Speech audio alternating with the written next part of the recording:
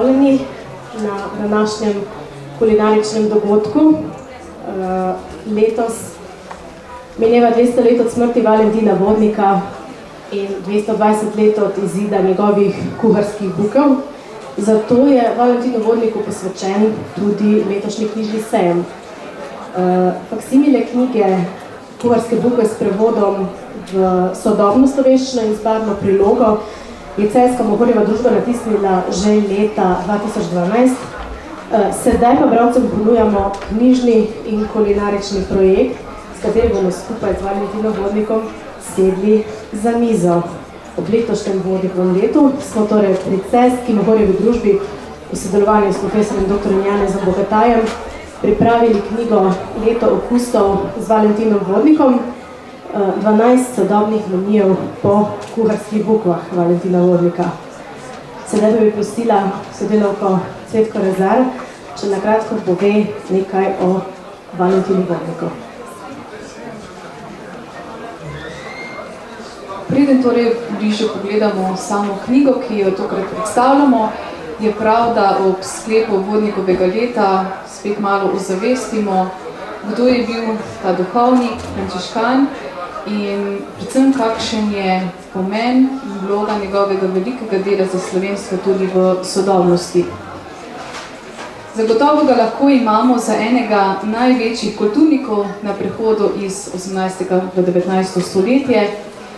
Večkrat mu pridajamo ime tudi prvi pomembnejši slovenski pesnik, prvi slovenski publicist in mogoče malo manj znano, a vseeno zelo pomembno, tudi da mu rečemo, da gre za prvega pisca zasebne korespondence med izobraženci v slovenščini, kar sploh ni samo umevno za tisti čas in za mesto slovenščine v tedanji dobi.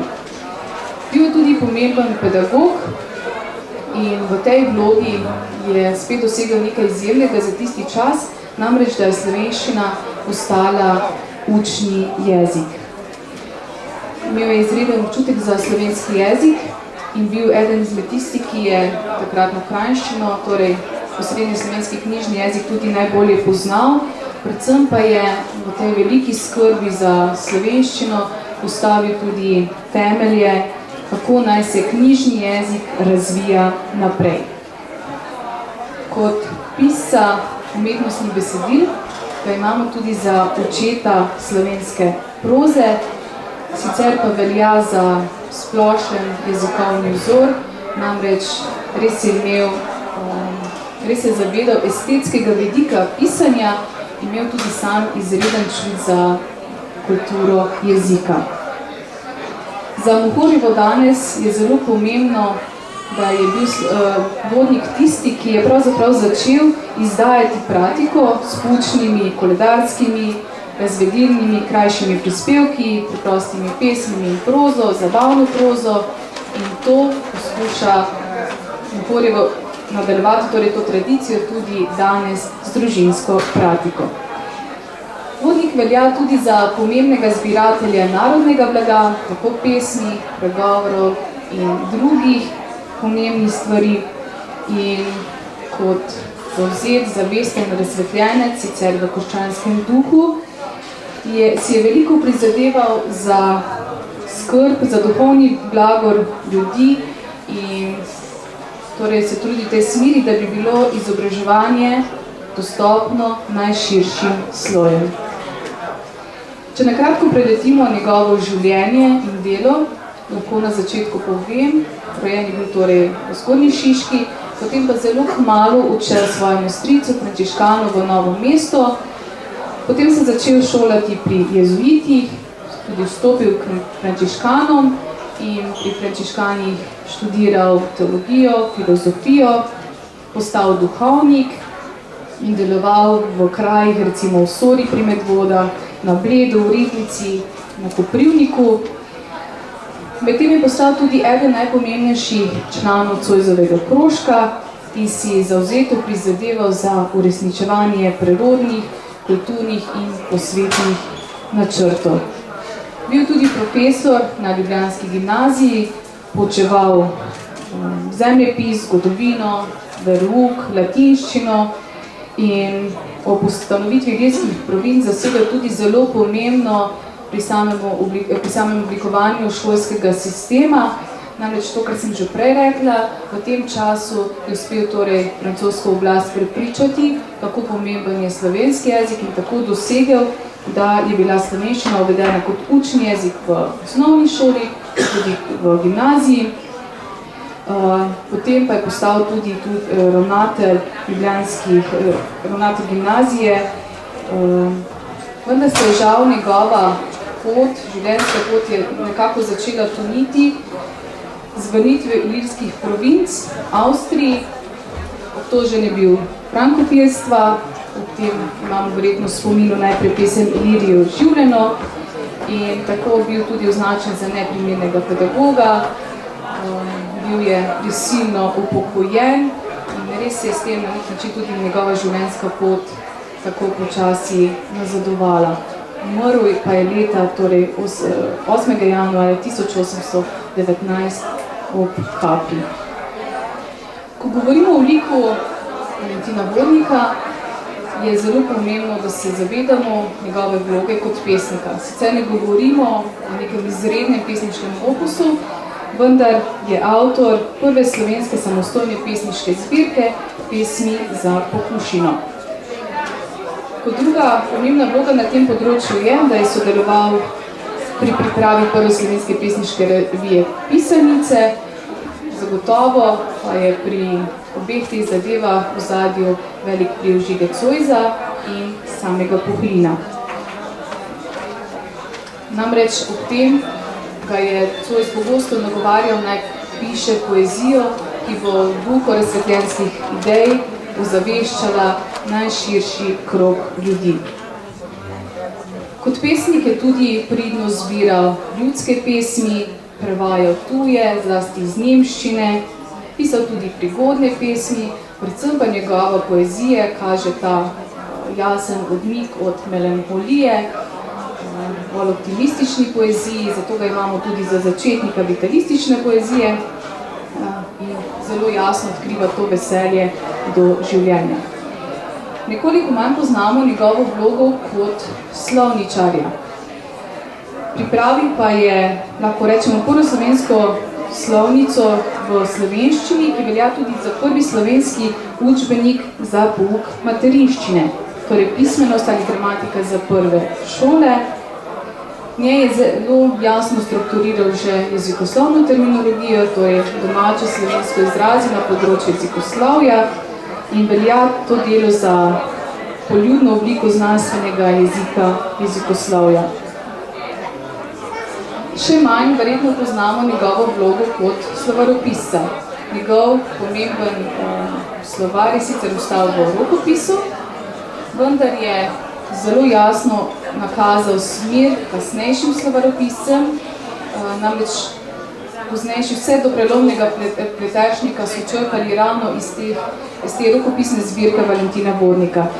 Pomembno pa je to, da gre za obsežno delo, ki je vključevalo besedje z najširšega slovenskega prostora, zbiral ga je s pomočjo ljudskih zbiralcev, zbiral ga je s pomočjo posameznikov različnih strok in res velja za bogato zakladnico slovenskega besedja.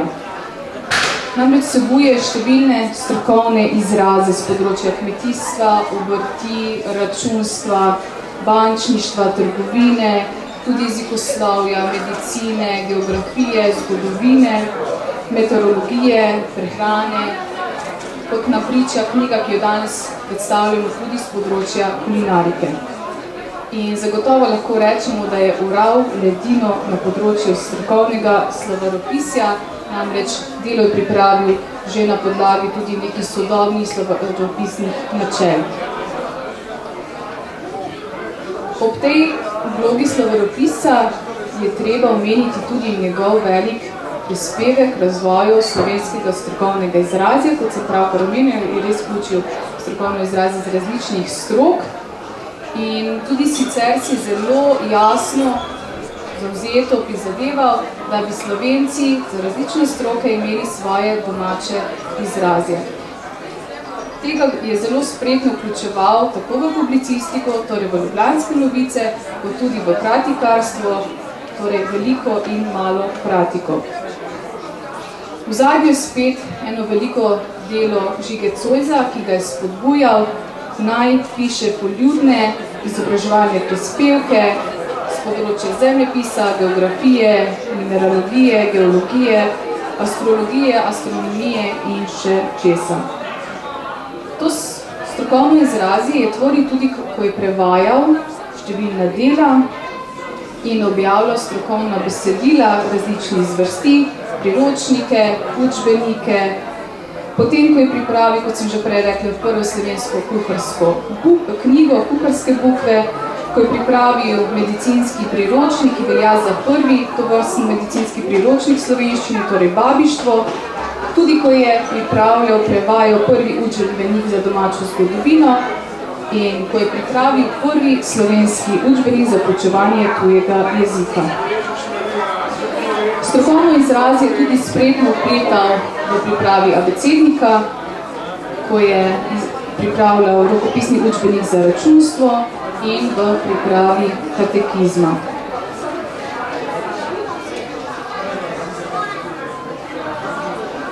Skratka, Vodnik se je zavedal, da je slovenščina dovolj bogat jezik, da lahko ima svoje izrazje za vsako besedo, ki prihaja iz nemščine. Zato je to besedje, s katerim se srečeval pri prevodih recimo iz nemščine, da je bodi si prevajal, bodi si na novo tvoril, dodajal tudi nove pomene. Skratka, v tem je videl velik pomen, kako se bo lahko slovenščina tudi na področju strokovnega jezika razvijala v nadaljnjih stoletjih. In s tem zagotovo ostaja aktualen tudi v sodobnosti. Redko je pa namreč sprejemal prav tuje izraze, niti iz slovanskega jezika jih ni toliko sprejel. Pomembna vloga pri njegovem delu za slovenstvo je tudi vloga publicista. Začel je izdajati prvi slovenski časnik, Ljubljanske novice, in s tem tudi nekako pomagal, da je začela raba slovenščine v javnosti naraščati. Pripravil ga je nekako po vzoru nemškega časopisa, Dunajskega, in njej objavljal tako domače novice, kot tudi tuje novice, bodi si z področja politike, vojaške dogodke, objavljal tudi oglase, oznanila, žitne cene, osmrtnice, skratka, vključeval najrazličnejše zanimivosti. Kot sem že pri pomenu tega, da je torej ustvarjal slovensko terminologijo, povedala je njegova pomembna vloga tudi kot prevajalca in velja po Japu in Zoisu za enega prvih slovenskih prevajalcev umetnosti in neumetnostnih besedil. Prevajal torej učbenike, strokovne članke, časnopisne članke, prevajal iz nemščine, francoščine, latinščine, tudi prevajal v nemščino in latinščino, sodeloval celo pri prevajanju katoliškega prevoda Jakljevega svetega pisma in tudi umetnostna dela prevajal pesmi, zgodbe, pripovedi, anekdote in tako naprej. Nekoliko manj znana pa je še recimo vloga Vodnika kot naravoslovca. Zanimala je arheologija, numiznatika, rodarstvo, železarstvo in še marsikaj. Toliko na kratko v Vodniku in kot piše tista kitica na spomeniku sredi Ljubljane, verjamem, da je tudi knjiga, ki jo zapustil, prevod, torej kuharske bukve, ena pomembna dediščina, ki nam jo je zapustil ne samo Slovencem v tistem času, ampak tudi Slovencem danes. Zakaj? Pa bo več povedala Mateja.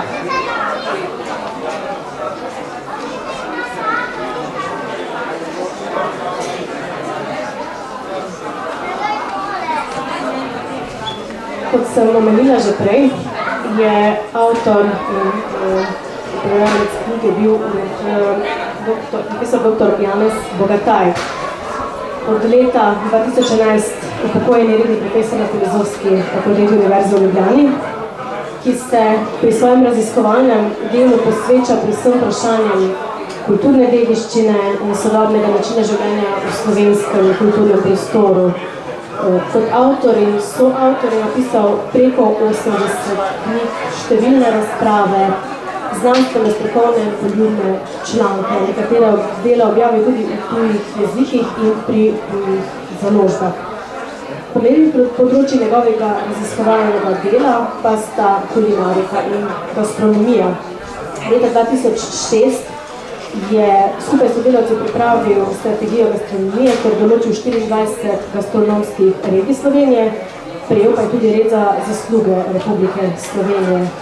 Za 5 svojih knjig je v preteklosti že prejel mednarodne kulinarične nagrade. Tokrat bo lahko v svoji zbirki dodal še eno, saj je namreč Leto okusov prejela mednarodno kulinarično nagrado Gourmet World Cookbook Award v kategoriji kulinarična dediščina, kar smo še posebej ponosni. Že Valentin Vodnik je, kot smo omenili, kazal zanimanje za veliko raznovrstna področja znanosti, med njimi tudi kulinarike. In leta 1799 so izšle njegove kuharske bukve, prva kuharska knjiga v slovenskem jeziku. Vodnik jo je prevedel iz različnih, pretežno nemških izvirnikov, kar je tudi vidno v načinu pisanja. Knjigo, vse to se je zgodilo konec 18. stoletja, ki je bilo pomembno še iz drugega vidika, kajti v tem času so, kot smo že omenili, Evropo zajele pomembne družbene spremembe, ki so z razsvetljenskimi idejami ustvarjali pogoje tudi za narodno ozaveščanje, hkrati pa pospeševale proizvodnjo ter vplivale na pomembne spremembe tudi v prehranski kulturi. Nosilci razsvetljenskih prizadevanj so se posvečali tudi drugemu napredku in širšem nadzoru najširših družbenih skupin. In na slovenskem ozemlju so bila pomembna prizadevanja za uporabo in napredek slovenskega jezika. To se je pa poznalo tudi v naraščanju števila raznih učbenikov in tudi priročnikov, kot so bile kuharske bukve. Povečeval se je torej obseg znanja pri zdravju, kmetijstvu, kmetijstvu, babištvu in kuhanje v tem času ni bilo več le veščina, ki bi obvladali nadarjeni posamezniki, ampak se je začelo širiti na celotno prebivalstvo, torej so potrebovali tudi za to temu namenjene priročnike. In Vodnik se je lotil pisanja knjige za pripravo dobrih jedi za lačne ljudi, kot je rekel. Ker sta se gastronomija in kulinarika začeli postopoma osamosvajati, smo se od nekdanjega sobivanja z medicino. Najprej sta spadali med aristokratske umetnosti, kot so bile jahalne spretnosti, sabljanje, ples in lov. Potem pa sta se postopoma osamosvojili. V tem času je postajala francoska kuhinja zelo pomembna in je bila tudi predvsem reakcija na obstoječe razmere v Evropi. Izjemo od francoske kuhinje pa so se nekako razlikovale nemška, nizozemska, ruska in poljska, ki so bile nekoliko konzervativnejše, z nasprotujočimi se začimbami in podarjenimi okusi, kar potrebujejo tudi recepti v Vodnikovi knjigi, ki so bili, kot smo rekli, predvsem iz prevodi nemških kuharskih knjig. Vendar pa prav ti recepti potrebujejo podobo prehranskih razmer na takratnem slovenskem prostoru in usmerjajo bralca k bolj zdravemu, predvsem nemastnemu prehranjevanju, kar je recimo kot zanimivost aktualno tudi danes. Zanimiv je recimo tudi uvod v same kuharske bukve, kjer velik del sicer nameni pojasnjevanju in utemeljevanju uporabe slovenske kulinarične terminologije, predstavlja, zanimivi so pa predvsem vodnikovi pogledi na zdravo kuhinjo in zdravo prehranjevanje. Ta knjiga je bila predvsem začetek ene kranjske kuhinje, nameni pa je predvsem rojakinjam, kot je rekel, in ne rojakom, kajti moški so predvsem bili pomembni v razvoju zdravilske kuhinje v lekarnah in so običajno bili preveč pametni in so že poskušali ženske premojstriti. Pri tem pa so izumili različna umna mešanja, ki pa so bila nevarna za zdravje. Kot smo omenili, vodnik se je odločno zavzel za slovensko kuharsko terminologijo in si je že v začetku kuharskih bukov postavil pomembno vprašanje, čemu bi besede kradli, ali ni slovenski jezik zadostno zmožen. Njegovo razmišljanje bi bilo tudi danes še kako aktualno. Rekel je, da mora biti zdravo vse, iz česar se jedi kuhajo, prav tako mora biti zdrav tudi način kuhanja. Opozoril je recimo na obilno uporabo masti, tolšče, svinjskega mesa za bele in svetoval je, da naj žaljkava, žarka živila zavrnejo, da naj pregretih živil ne postavljajo na mizo in da naj jedi tudi lepo izgledajo. Pravi, skozi dober pokus in lepo naredbo ne le grlo, temveč tudi želodcu priporočajo. In pravi, opozarjajo na uporabo sledi, na prekomerno porabo in da naj imajo kuharji skopo roko in nezmotljivo glavo, ko so njeno jedi. Pozarjajo po gnilimi živili, pa je jim rekel, rajši lahko trpeti, kako dajati v želodec, kar se malo spreduna vzelo. Čemu nam je sicer nos ravno nad usti? Dr. Bogataj je temu dodal, da danes bi lahko še nekoliko razširili tale pojem na to, čemu imamo oči ravno nad usti. Saj danes so oči pomemben del in ker gledamo z očmi, naj bodo tudi lepo pripravljena. Na drugi strani, ko smo rekli, je vodnikova knjiga dokaz, da je bil takratni jezik na področju kulinarike popolnoma enakovreden nekaterim drugim svetovnim jezikom.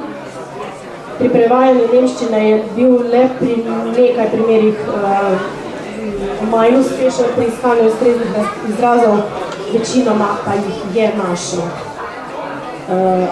Vodnik je v knjigi objavil preko 300 receptov, razdelil jih je po posameznih področjih, po posameznih kulinaričnih skupinah, na recimo juhe, zelenjavne jedi, polivke, ribe, torte in drugo.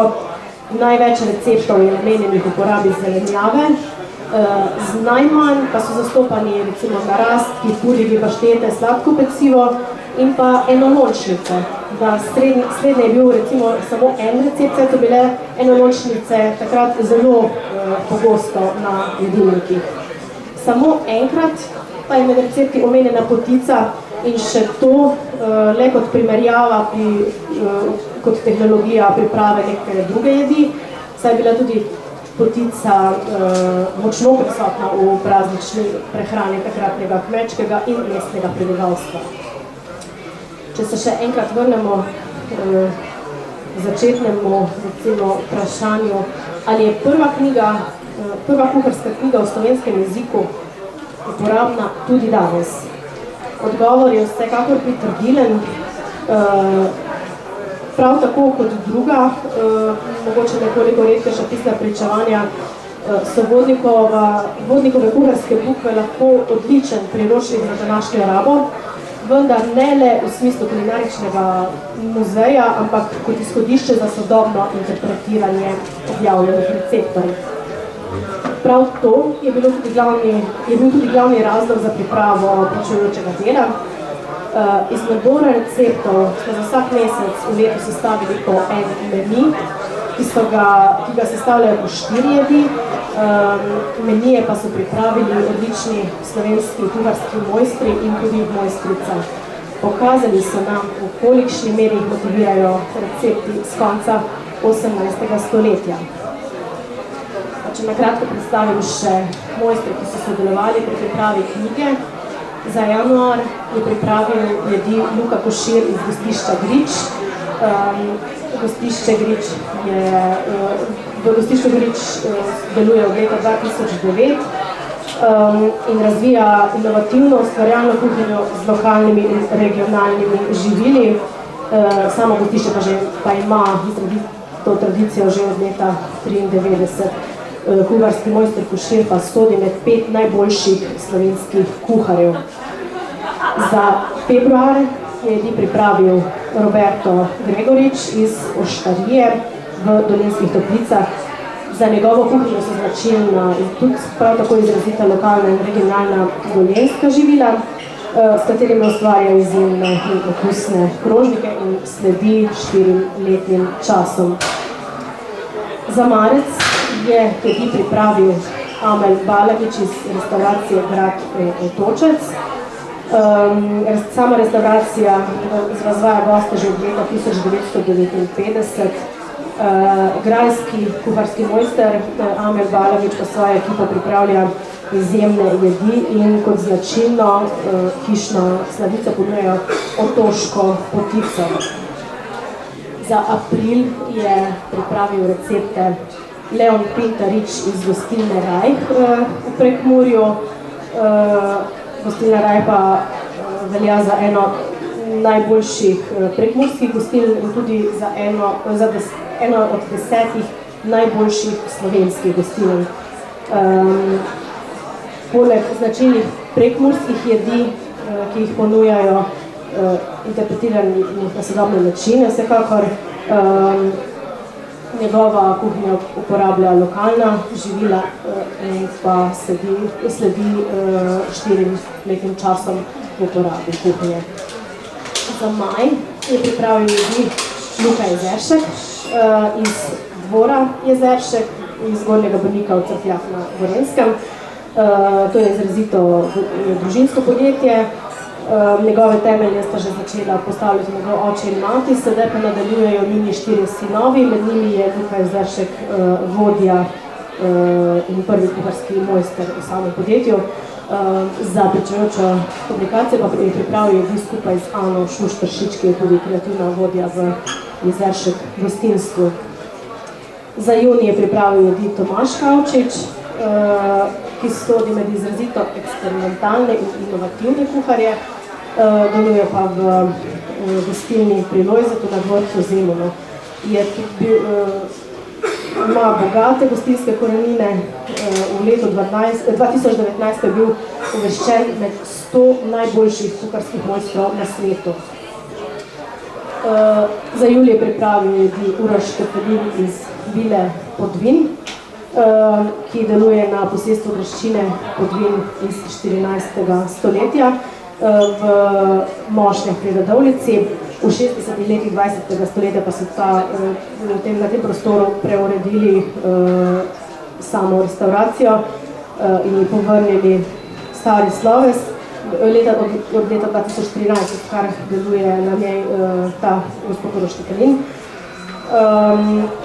Zopet pri njem značilna uporaba lokalnih živil in velika mera ustvarjalnosti, sodi pa med vodilne kuharske mojstre nove gorenjske in pa slovenske kuhinje. Za avgust je pripravil jedi Jure Tomič iz Oštarije Debeluh v Brežicah. Jure Tomič je glavni kuharski mojster in vinski svetovalec v družinski restauraciji. Zanimivo pri njem je recimo, da je leta 2016 postal svetovni prvak v pripravi testenin na Akademiji Barilla v Italiji, kar je za Slovenca izjemen dosežek. Ponudba njegove restauracije odraža spoštovanje tradicije, vendar z inovativnimi pristopi in uporabo lokalnih živil, zato so njegove jedi enostavne, a čistih okusov in drznih kombinacij. Za september je recepte pripravil Igor Jagodic iz restauracije Strelec na Ljubljanskem gradu. Prav tako dosledno sledi letnim časom, za odlične mojstre pa pač poleg znanja prvega kuharskega mojstra poskrbijo tudi lokalna živila. Oktobrski meni je pripravil Uroš Fakuč iz Dam Boutique hotela and Restaurant. Imajo podjetje, zopet družinsko podjetje z restauracijo in hotelom v Novi Gorici. Pripravljajo pa predvsem ribje jedi in jedi z morskimi sadeži. V svoji kuhinji pa uporablja zopet lokalna živila, soško postrv, sir tolminsko skuto, oljčno olje in pa iransko sol. Za november je pripravila jedi Anita Potočnik iz gostilne Šuber v Križu nad Komendo. Začetki gostilne segajo že v sredino 18. stoletja, tako da danes že tretja generacija vodi gostilno, pa uvajajo pa že tudi svojega sina, tako da je sedaj že četrta generacija v pripravi. Gospa Anita je posebej mojstrica sladic in pa mojstrica priprave krožnikov, saj ima izjemen estetski čut, kar je tudi recimo zelo pomembno, glede na to, da v slovenskem prostoru in v slovenskih gostinskih šolah tega, kot pravi tudi dr. Bogataj, ne učijo. Janez Bratovž je pripravil recepte za december, deluje pa v restauraciji na Miklošičevi v Ljubljani. Kuharski mojster Janez Bratovž je brez dvoma prvo ime slovenskega kuhanja. Je pa sodeloval v različnih kulinaričnih hišah, ne le v Evropi, ampak po celem svetu. In pa njegova restauracija je bila v tekmovanju San Pellegrino uvrščena med 100 najboljših na svetu in večkrat bil imenovan tudi za slovenskega kuharja leta. Torej, če nekako sklenemo tale današnji večer, knjiga ni le prikaz mojstrstva naših teh mojstrov, ki so sodelovali pri kuharski knjigi, ali motiv za obisk njihovih vrhunskih gostiln, kar vsekakor priporočamo. Za vsak mesec bo tudi mojster, ki je recepte pripravil, jih ponudil v svoji gostilni. Namen je predvsem s konkretnimi primeri menijev in jedmi pokazati, da lahko iz naše prehranske dediščine vsakdo ustvari nekaj po meri današnjega časa in za naša vsakdanja ali praznična prizadevanja. Prav zato je knjiga namenjena širokemu krogu vseh, ki jih ob pripravi jedi zanimajo tudi njihove zgodbe. Sodobnim načinom, pripravo, podobo, okusi, vonji, tako ustvarjamo vezi z našo prehransko-kulturno dediščino, ki jo pogosto zelo slabo poznamo ali pa mogoče obremenjujemo s stereotipnimi razlaganji. Če zaključimo nekako s pregovorom, zakaj jemo zato, da živimo, a ne živimo le zato, da bi jedli.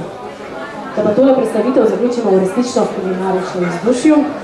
Vse lepo povabljeni do degustacij jedi, ki tule že prijetno vabijo. Jedi so pripravile gospodinje doma in s tem opozorile na to, da se resnično vsak lahko loti priprave jedi. Vabim pa vas vse tudi k nakupu knjige in k obisku naše stojnice v prvem nadstropju, kjer vas čakajo tudi druge knjige, ki so izšle v preteklih dneh in so vsekakor vredne branja. Sve pa vsem lep večer in dober tek.